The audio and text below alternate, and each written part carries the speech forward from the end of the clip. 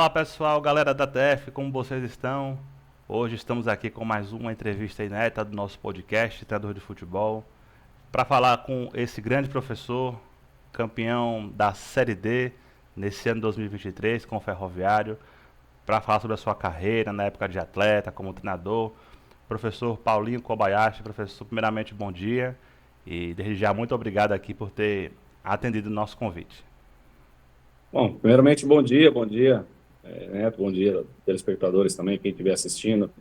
É sempre um prazer a gente poder estar falando aí de futebol, né? Graças a Deus as coisas aconteceram e a gente poder aí falar um pouquinho de tudo isso que nós passamos esse ano 2023, né? É isso aí, professor.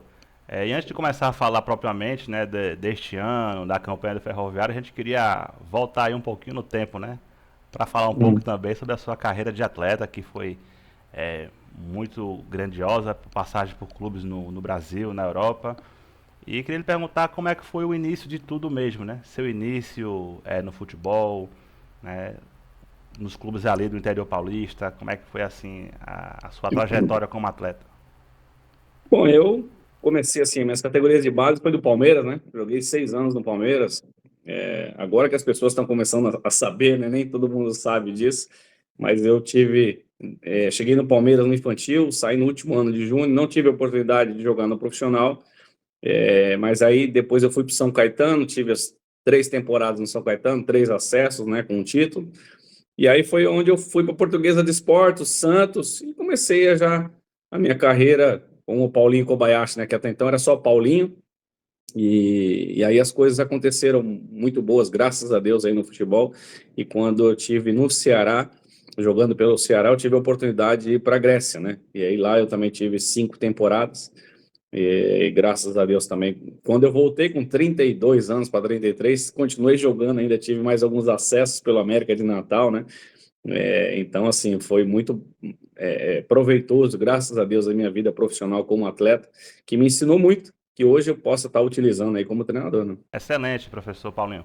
E até a gente estava aqui separando, né, vendo, né, os antigos elencos aí e muito se fala, né, da sua trajetória, da sua passagem naquele Santos de 94, né, que era uma equipe muito talentosa, né, tinha grandes jogadores ali individuais e também é uma equipe que futuramente muitos ali se tornariam treinadores, né? Teve o Paulinho Kobayashi, teve o Marcelo Fernandes, né, que está hoje como treinador do Santos, né, inclusive. O Alexandre Galo, que é treinador e hoje também está dirigindo lá o Santos. Quem mais? Teve também o professor Corpertino, né, que estava lá. Narciso, Narciso também foi Treinador. treinador. O Edinho iniciou como O treinador Edinho também. também, né? Maurício Copertino é auxiliar do Corpertino. Vanderlei. Então ali Então, assim, foi uma geração comandados pelo professor Chulapa, não foi isso na época? é isso mesmo. Então, Então, assim, muitos ali acabaram virando treinador, né? então foi uma geração ali que de futuros professores que jogaram juntos, né? Como é que foi aquele Santos, professor de 94, ali que jogou as competições? Quais são assim as suas lembranças mais marcantes daquela temporada? Bom, na verdade, assim, o Santos não era o Santos que é hoje, né? O Santos, na verdade, tinha muita dificuldade financeira, de logística também, de treinamentos, né? Então, não tinha nem CT. Nós treinávamos muitas vezes na praia, às vezes no quartel. A Vila mesmo, o campo era muito ruim, né?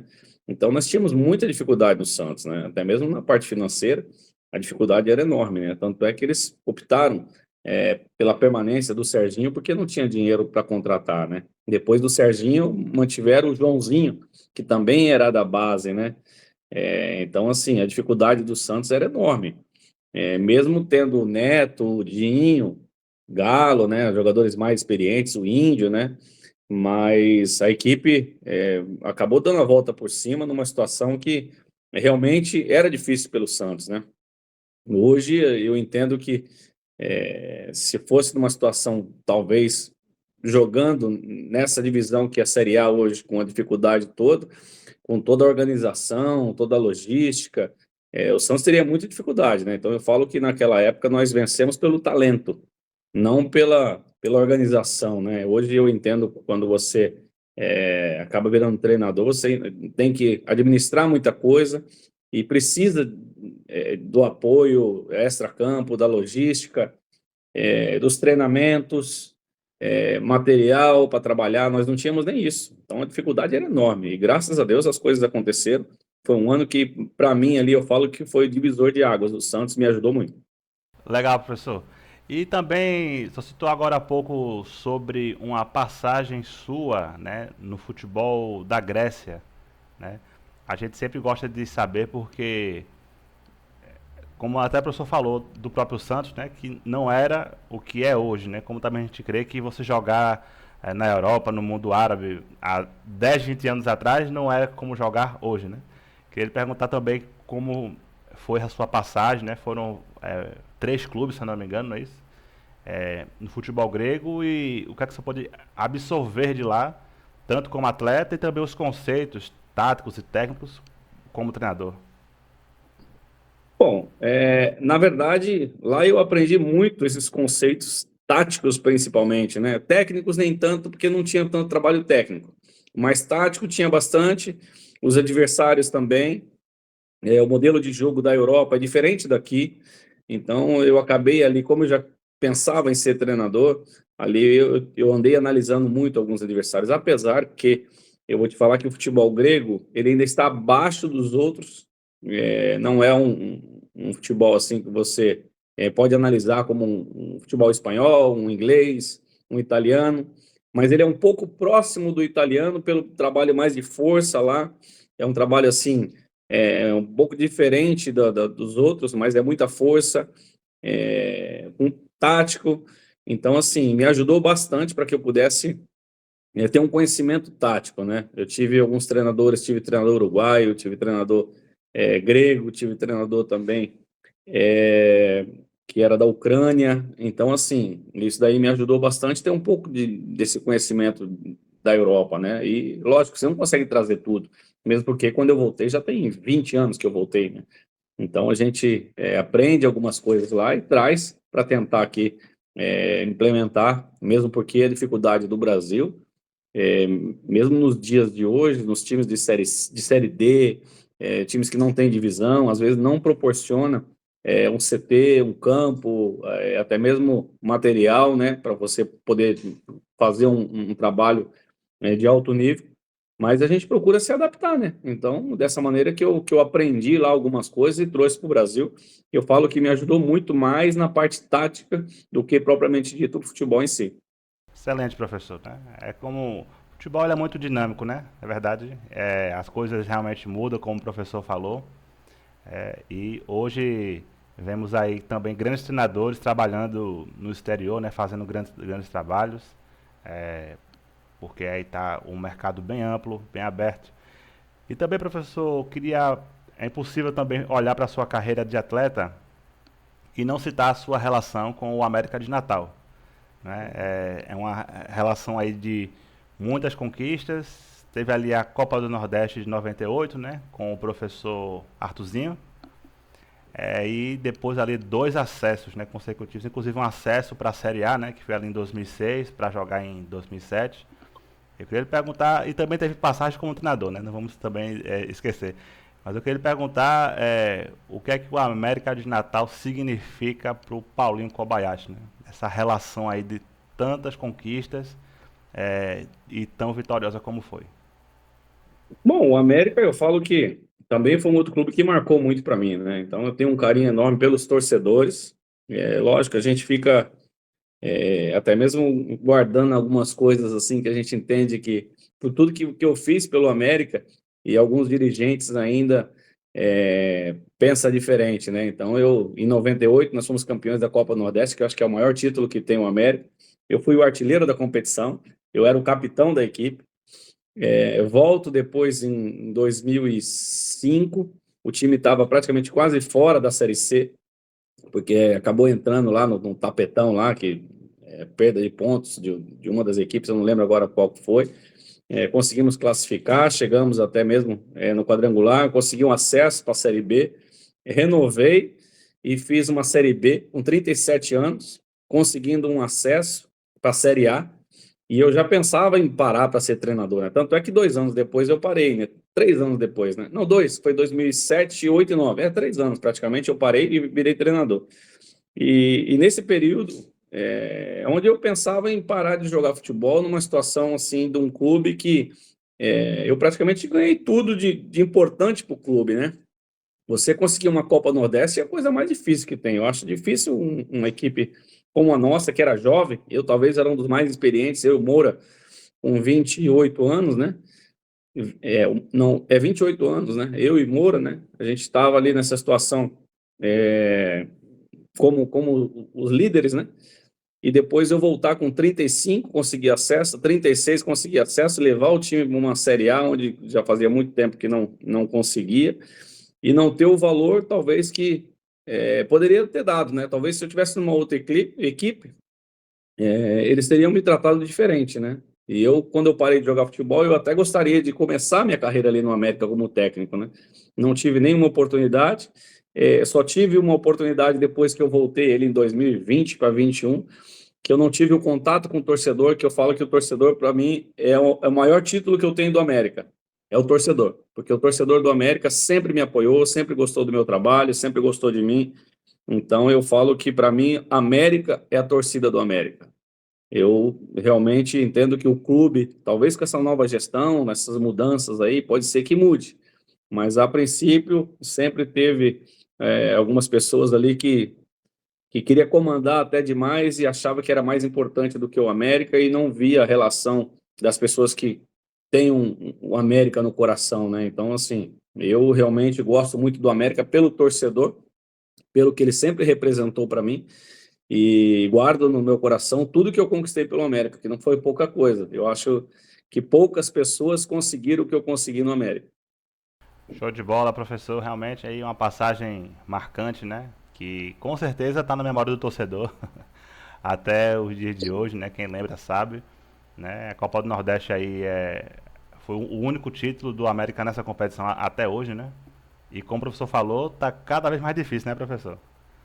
Tá muito mais competitivo aí. O futebol cearense está se fortalecendo, né? Tem outras equipes chegando.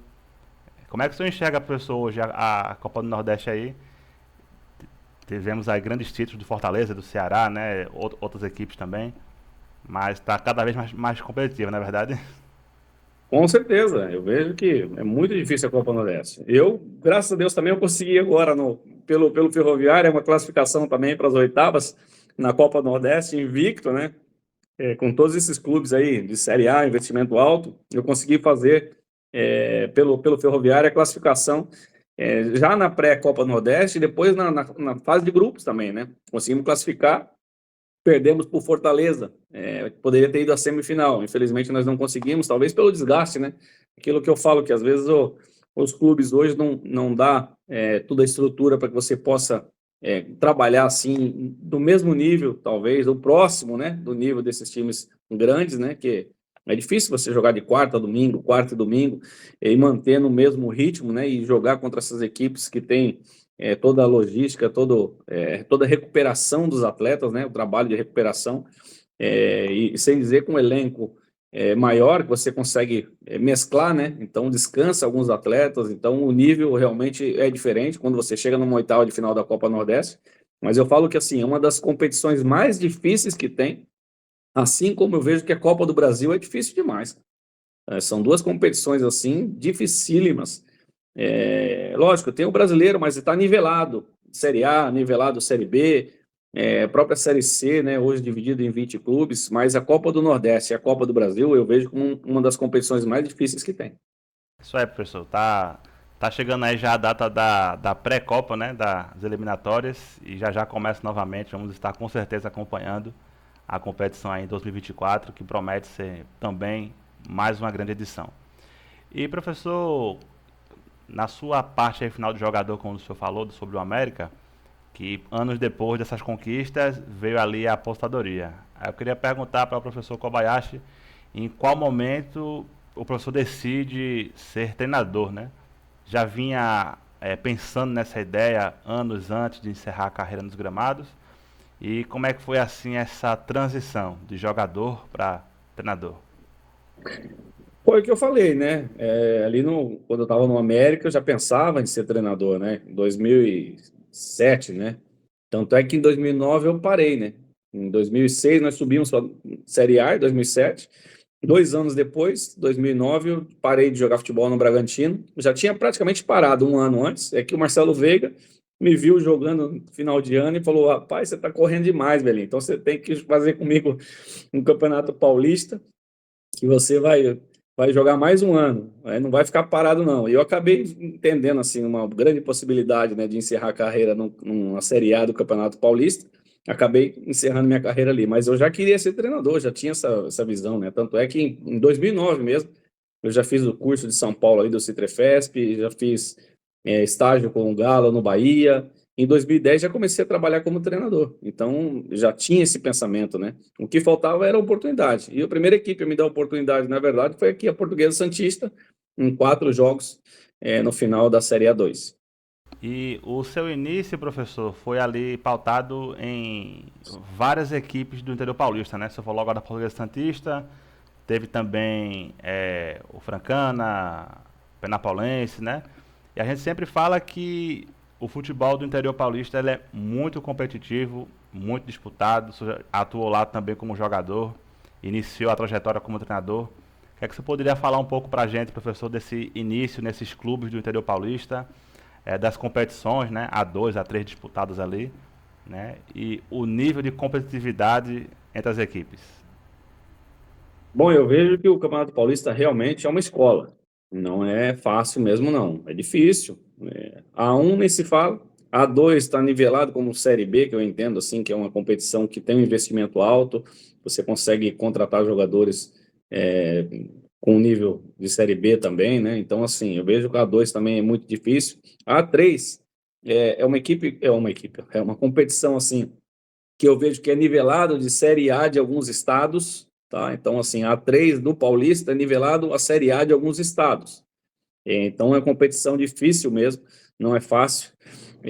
A federação ajuda bastante as equipes, talvez na parte financeira, onde nos outros estados não tem. Então, por isso a dificuldade, talvez, das competições estaduais serem. Eu tá nivelando, não estou certo, lógico, né? Mas é minha opinião. Está nivelando a A3 com alguns estados, né? Em nível assim de Série A do estado, talvez pela estrutura, talvez pelo incentivo, talvez pela parte financeira também, que não tem, né?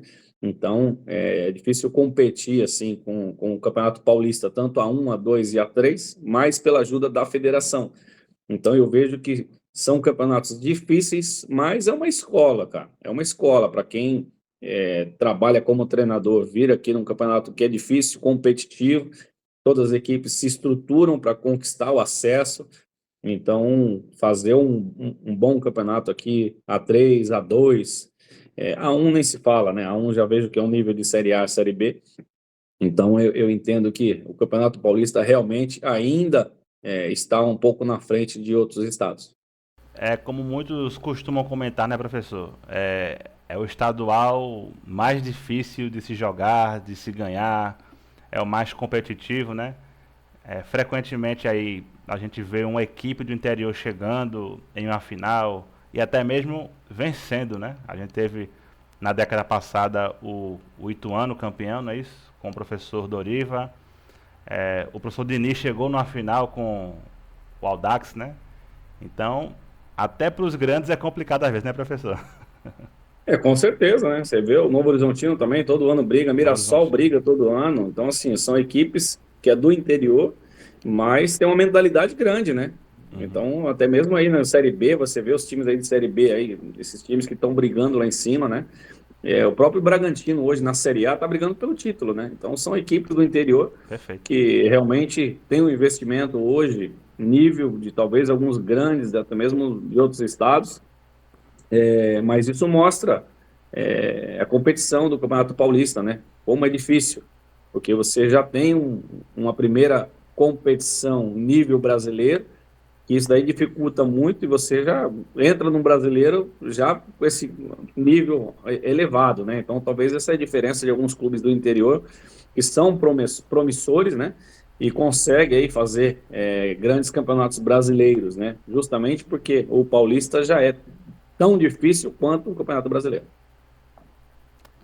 E também, professor Paulinho, além das suas passagens, né, pelo futebol paulista, que a gente já citou aqui, o senhor também tem uma passagem muito relevante em diversos clubes do Nordeste, não é isso?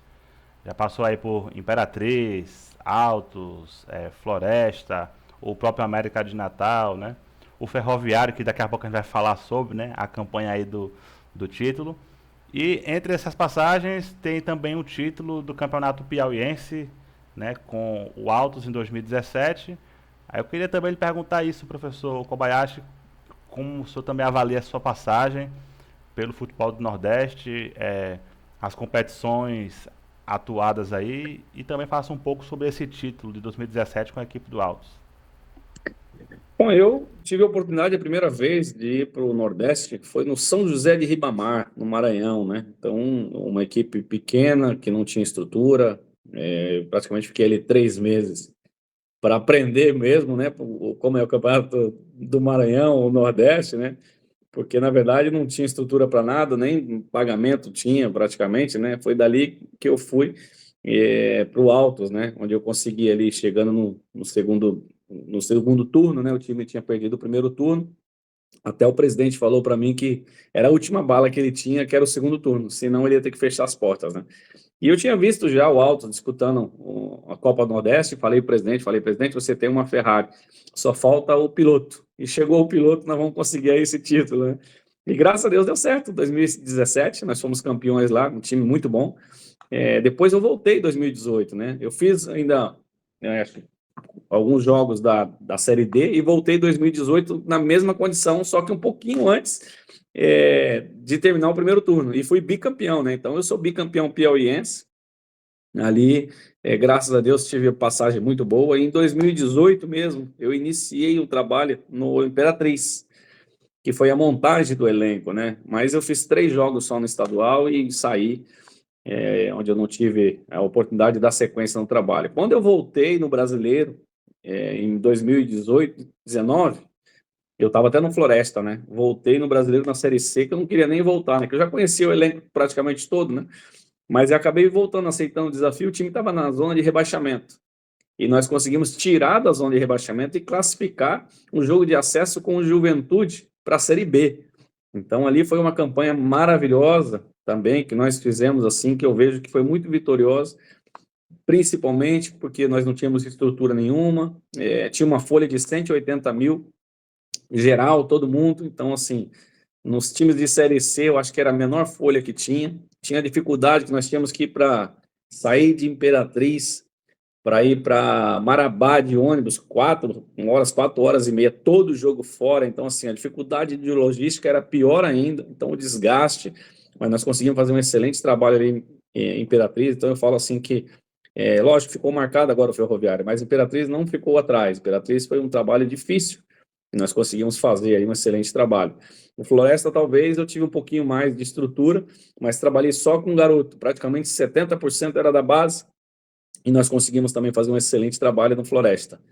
E o Ferroviário, eu tive 2 situações do Ferroviário, então eu falo assim que o Ferroviário para mim foi a melhor escola do Nordeste, porque a primeira passagem que eu tive foi no ano anterior, que eu fiquei, acho que 7 jogos, eu acho, 7, 8 jogos, fui contratado para o Brasileiro, e no Brasileiro eu fui mandando embora, né? Quer dizer, na verdade eu pedi até para sair pela sacanagem que foi feita ali, né, com o treinador que estava se oferecendo ali, e o presidente teve que aceitar. Não vou entrar nesse mérito agora, várias pessoas acabaram errando ali, eu pedi para sair, mas eu não tinha conseguido nenhuma vitória, você acredita? Eu não consegui nenhuma vitória ali no campeonato estadual, e saí realmente frustrado, chateado, porque eu sabia que o Ferroviário, para mim, seria um divisor de água, seria uma equipe que, se fizesse uma excelente campanha, eu tinha certeza que tudo mudaria, né? E quando eu voltei agora, no final do ano passado, em novembro, né, o presidente falou que ele era, na época, ele era o tesoureiro, ele falou que ele sabia que eu não deveria ter saído, que ele estava me trazendo porque ele acreditava no meu trabalho, ia deixar eu trabalhar. Isso me fortaleceu, porque, assim, na verdade, você sai de um lugar chateado, frustrado, que não teve a oportunidade de dar continuidade no trabalho, e quando você volta, o presidente fala que ia deixar eu trabalhar. Então, assim, eu dou esses méritos aí de tudo que aconteceu tanto para o presidente quanto para o Raul Santos, que é o executivo, que também me ajudou muito ali, me apoiando só, nunca se interferiu em nada, muito pelo contrário, ele buscava dar estrutura para eu trabalhar, e graças a Deus, desde o começo, as coisas aconteceram já na pré-Copa Nordeste, que foram 2 finais, dia 7 e dia 9, se eu não me engano, ou dia 10, foi alguma coisa assim, foram 2 finais que eu falo que difíceis, que foi o jogo contra o Asa, e depois nós enfrentamos o Confiança, lá em Aracaju, que a logística também foi horrível, mas nós passamos nessas 2 finais aí, que eu achei assim, que foi ali, eu vi uma esperança de um ano maravilhoso, porque foram 2 jogos dificílimos, né? Que aí, assim, a nossa equipe mostrou a capacidade que tinha de buscar os resultados, né? Aí fizemos um bom campeonato estadual, chegamos à semifinal, tivemos uma passagem boa também na Copa do Brasil, e enfrentamos o Grêmio, que é difícil, ali não tinha nem o que falar. E quando nós iniciamos essa passagem do Campeonato Brasileiro, eu vi que a nossa equipe já estava preparada. Então, assim, essa preparação já do início do ano, por isso que eu estou citando tudo desde o começo, porque não foi simplesmente o Campeonato Brasileiro da Série D, foi todo o contexto, desde o começo, o presidente acreditar no meu trabalho e deixar eu trabalhar com toda a dificuldade financeira que ele teve, nós conseguimos recuperar, conseguimos trazer dinheiro, coisa que a equipe não tinha, o recurso que nós conseguimos para o clube foi praticamente quase 5 milhões no total, no geral, né? Conseguimos classificar já para o ano que vem essa pré-copa também, do jeito que estava o ano passado. Conseguimos a Copa do Brasil também para o ano que vem, né? Então, assim, são 2 competições que nós já conseguimos até recurso para o próximo ano. E o Campeonato Brasileiro, quando nós estamos já na fase de grupo, invicto, eu já falava para os atletas, olha, vocês podem marcar a história no clube.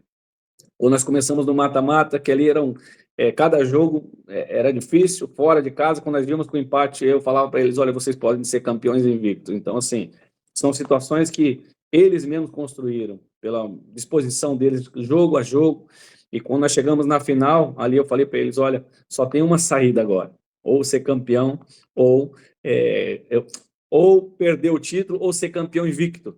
Então, é dessa maneira que a gente tem que buscar, para ser campeão invicto. Então, assim, graças a Deus as coisas aconteceram, que os meninos acreditaram no meu trabalho também, a diretoria acreditou no meu trabalho, e as coisas aconteceram, assim, naturalmente, desde o início, pela disposição, pela vontade dos jogadores, e principalmente o apoio do torcedor dentro de casa.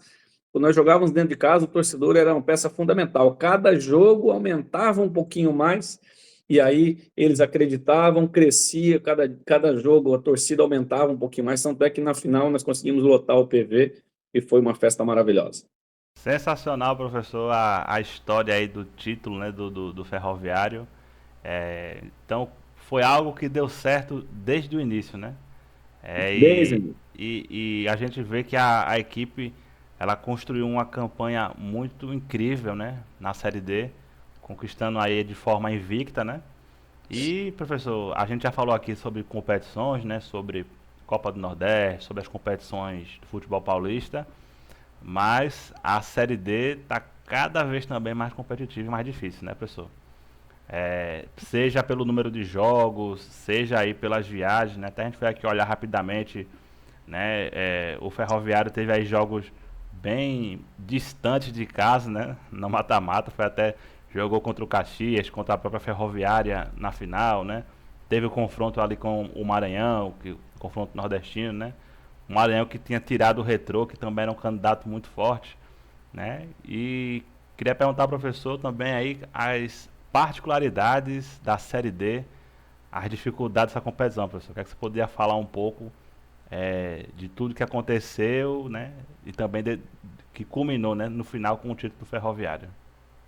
Bom, eu, na comparação que eu faço de Campeonato Brasileiro, não vou comparar estadual, mas de brasileiro, eu acho que é a competição mais difícil que tem, tanto pelo número de clubes que tem, 64 clubes, então é difícil você disputar com 64, outra coisa é você disputar com 19, né? São 20 clubes nos grupos, né? Então são 64 clubes no total, sem dizer que nós jogamos Princesa Solimões, no norte, e descemos lá para o sul para jogar em Caxias. Então, assim, no início é bom porque é tudo ali muito próximo, né? Que é regionalizado, depois começam esses jogos difíceis. Jogamos contra o Tocantinópolis, que na ida nós passamos pela balsa, na volta nós ficamos presos na balsa, tivemos que atravessar o rio ali com uma barquinha, com a catraia, né, que fala aqui em Santos, a gente fala que é catraia, né? Então, assim, todos os jogadores, e aí ficava assim um palmo praticamente da água, baixou a catraia lá, o barquinho baixou, aí todo mundo dentro do barco, escuro, já era 8h30 da noite. Então, assim, são algumas situações que nós passamos difíceis, né? Não é fácil você disputar um campeonato como esse e os atletas ainda estavam motivados. Nós tivemos voos que nós fomos para o aeroporto, aí chegou lá, não estava confirmado, aí chegamos na cidade também não tinha confirmação do voo de volta, aí não sabíamos se eu ficar lá, ficamos num hotel, depois de 2 horas tinha que ir para o aeroporto rápido de novo, porque conseguiram um outro voo. Então, assim, todas essas dificuldades de logística, eu falo que a Série D é a mais difícil que tem, não pela competição em si, pelos adversários, mas pela dificuldade que todos os adversários enfrentam. Não foi só Ferroviário, ainda dessa vez nós estávamos numa capital. Agora, você imagine se nós estivéssemos no interior, que tinha que andar de ônibus até o aeroporto, em qualquer capital, e depois chegar lá, não for confirmado o jogo, você tem que sair e voltar tudo de novo. Então, assim, você perde alguns dias de treinamento, e sem dizer que você ainda tem o desgaste da viagem, né? E esse ano, por exemplo, nós, com tudo isso, ainda tínhamos a Fares Lopes que tinha que ganhar a Copa do Brasil, para classificação para a Copa do Brasil. Então, assim, foi uma dificuldade enorme, que eu falo que dos campeonatos brasileiros de Série A, B e C, a mais difícil, eu acredito que é a D. Até, professor, esses dias a gente estava entrevistando o professor Marcelo Cabo, né? E ele falava sobre a questão da logística do Brasil, né? Aí ele até citou na sua fala o exemplo do Paysandu, que ano que vem vai jogar a Série B e que vai ter a companhia do Brusque, né? Aí ele até falou, né? Você sai de Belém, faz conexão em Brasília, depois desce para Santa Catarina, para Florianópolis, para de lá pegar o ônibus para Brusque, né? Então, tire aí um dia perdido. Só de deslocamento. Isso também acaba pesando, né, professor? Na questão da equipe, desempenho, né, o desgaste dos atletas, na verdade. Com certeza, por isso que eu citei o Imperatriz, porque o Imperatriz fazia todo jogo fora fazia isso, saía de Imperatriz, ia para Marabá, chegava em Marabá às 7h30, 8 horas da noite, para viajar às 2h30 da manhã. Aí viajava a madrugada toda para chegar numa capital e, dependendo do lugar que você ia, ainda tinha que pegar o ônibus. Então, assim, o Imperatriz tinha toda essa logística de dificuldade. Quando nós jogamos contra o Juventude no mata-mata, o Juventude comprou uma passagem, lógico, pela TAM, que a TAM tinha ali para ir para a Imperatriz direto, ele desceu a Imperatriz. Então não teve esse desgaste. E nós não tínhamos a verba para comprar as passagens, então tínhamos que aceitar o que a federação dava, que era sair por Marabá, 2h30 da manhã. Então tinha essa dificuldade. A Série C todinha foi assim, todo jogo fora, tinha que sair de Imperatriz para ir para Marabá, chegava em Marabá 8 horas da noite, ia sair às 2h30 da manhã, ou seja, quando fosse meia-noite e meia, 15 para 1, tinha que sair do hotel. Então ficava das 8 à meia-noite, quem vai dormir de 8 à meia-noite? Depois já tem que viajar 1h, 1h30 da manhã para o aeroporto, para poder ter essa viagem aí, 2h30 da manhã. Chegar de madrugada em alguns estados, então assim, a dificuldade realmente, o Cabo tem razão, que essas viagens acabam matando o atleta, porque ele perde noite de sono, e a noite de sono é a recuperação do atleta para poder conseguir fazer um bom jogo, né? Os desafios de termos um país continental, na verdade. E perguntando também para o professor Kobayashi sobre presente e futuro, né? A gente acompanhando aqui, né, sempre os noticiários, vimos que o professor ele anunciou a sua saída do Ferroviário e o seu acerto com o Capital, né? Uma equipe lá do Distrito Federal. Queria perguntar, professor, um pouco sobre o projeto desta equipe, o que é que ela almeja alcançar aí. É uma equipe jovem, foi criada há pouco tempo, não é verdade? Assim, o que é que o senhor podia falar um pouco da negociação, né, e do acerto com essa equipe para a próxima temporada? Bom, essa é uma pergunta que muita gente contesta, né? Como é que você sai de um time de Série C, você conseguiu o mais difícil, levou o time para a Série C e foi para um time que não tem divisão? Aí fala, mas você pensou em dinheiro. Na verdade, assim, se eu tivesse pensado em dinheiro, eu teria ido para a Arábia, né? Que eu acho que na Arábia é que tem o dinheiro, né? Lá que eu vou ganhar dinheiro. Aqui, na verdade, eu não vou ganhar dinheiro, né? Aqui a gente vai fazer com que o nosso trabalho consiga desenvolver melhor para conseguir ganhar dinheiro. No Brasil, você não consegue ganhar dinheiro. Mas, assim, na parte financeira, o que muda é a estrutura.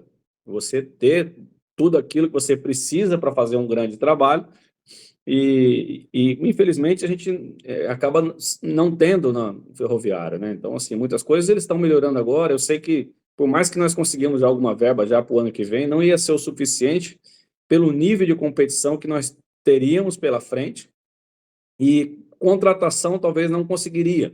Então, essa é uma das questões assim que acaba pesando. Aí você fala, poxa, mas aí é um ano todo. Mas se eu não fizer um excelente trabalho no começo do ano, vai ser cobrado da mesma maneira que qualquer outro treinador vai ser cobrado. Vai esquecer o que ficou para trás. O Campeonato Brasileiro ficou para trás, agora é outra competição. E o que me chamou a atenção no Capital foi justamente o projeto que o presidente tem, que é um projeto ousado, que não é um projeto só para 5 meses, é um projeto que ele quer já fazer para 4 anos, 5 anos.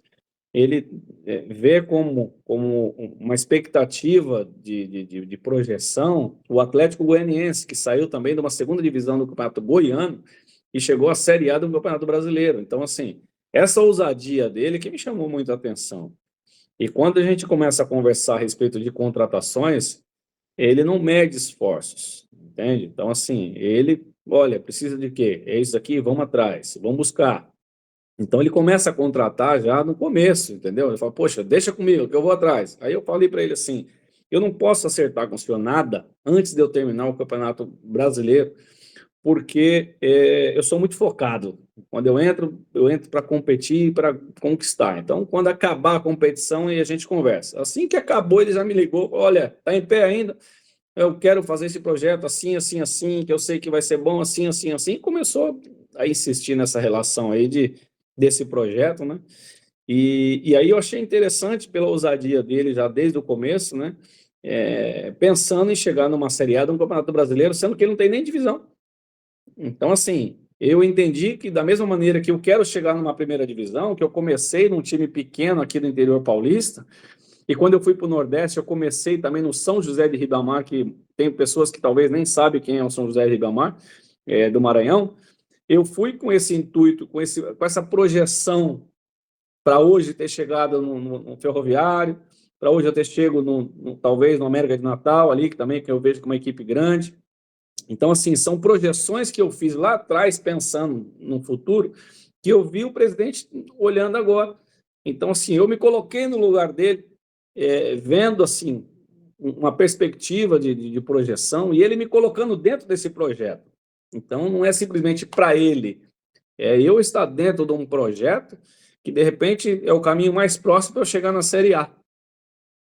Talvez, eu não sei se eu vou receber um convite do Santos amanhã para ir para o Santos, ou se daqui 3 anos eu estou subindo para uma Série A com um projeto já feito, já pronto, eu mesmo lá dentro, criando esse projeto do zero. Então, assim, uma coisa é você chegar com uma criança de 10 anos, outra coisa é você, pai da criança, que você começa a cuidar, trocar a fralda, e chegar com a criança e formar ela, né, como um adulto, né? E outra coisa é você pegar ele já alfabetizado, já grande, e você fala, poxa, o pai da criança foi lá atrás, foi o outro, não foi eu.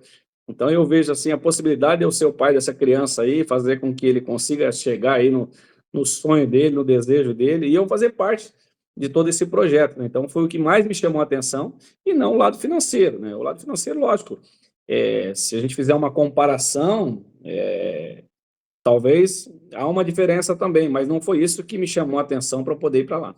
E já chegando aqui ao final, professor Kobayashi, já que estamos falando sobre projetos, sobre futuro, o que é que o professor almeja assim alcançar ainda na sua carreira? Já falou um pouco aí, né, de um dia estar na equipe de Série A, né, de ter comandar um dos gigantes, né?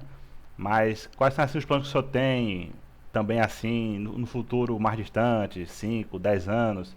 O senhor pensa também em um dia assumir alguma equipe fora do Brasil, mercado árabe, né? O que é que o professor Kobayashi pensa assim sobre o seu futuro a longo prazo? Bom, na verdade, é realmente tudo isso, né? É, a princípio, é chegar aqui no Brasil também numa Série A, né? Acho que isso daí qualquer um tem essa projeção de carreira, né? Todo treinador quer chegar na Série A, chegar em times grandes, né? Times brigando pelo título também, quem sabe ser campeão também de todas as divisões, né? Já fui campeão da Série D, quem sabe de uma Série C, de uma Série B e chegar a brigar pelo título de uma Série A, né? Sonho? É sonho, mas quem não tem sonho nunca vai alcançar, né? Então eu tenho esse sonho. Aí vem a projeção de ganhar dinheiro, é você poder ir para fora, né? Porque lá fora eu tive a experiência de trabalhar 5 anos e eu falo que toda a minha carreira talvez eu não tenha conseguido ganhar o que eu ganhei em 5 anos, como atleta eu estou falando, né? Então eu sei que lá fora você consegue ganhar dinheiro. Então eu falo que aqui no Brasil você não ganha dinheiro, você se projeta, né? Então eu estou me projetando para que eu possa ganhar dinheiro, me preparando para que eu possa ganhar dinheiro. Então, assim, daqui a alguns anos, assim como eu pensei há 10 anos atrás, quando eu iniciei, 10 não, 14 anos atrás, quando eu iniciei, eu queria estar onde eu estou hoje, tendo já o mercado já aberto, né, do brasileiro, né, em várias equipes já lembrando do meu nome, e eu me projetava, ó, vou ser lembrado. Eu sei que as pessoas vão lembrar de mim e eu não vou ter que ficar só correndo atrás. Vai chegar uma hora que as pessoas vão lembrar pelo trabalho que eu fiz. Então, eu acredito que eu já fiz alguns trabalhos que eu vou ser lembrado, assim como daqui 10 anos eu já quero estar sendo lembrado em outro patamar, né? Um pouquinho mais elevado, as pessoas já saberem o nível de trabalho que eu tenho, que não é de iniciante, né?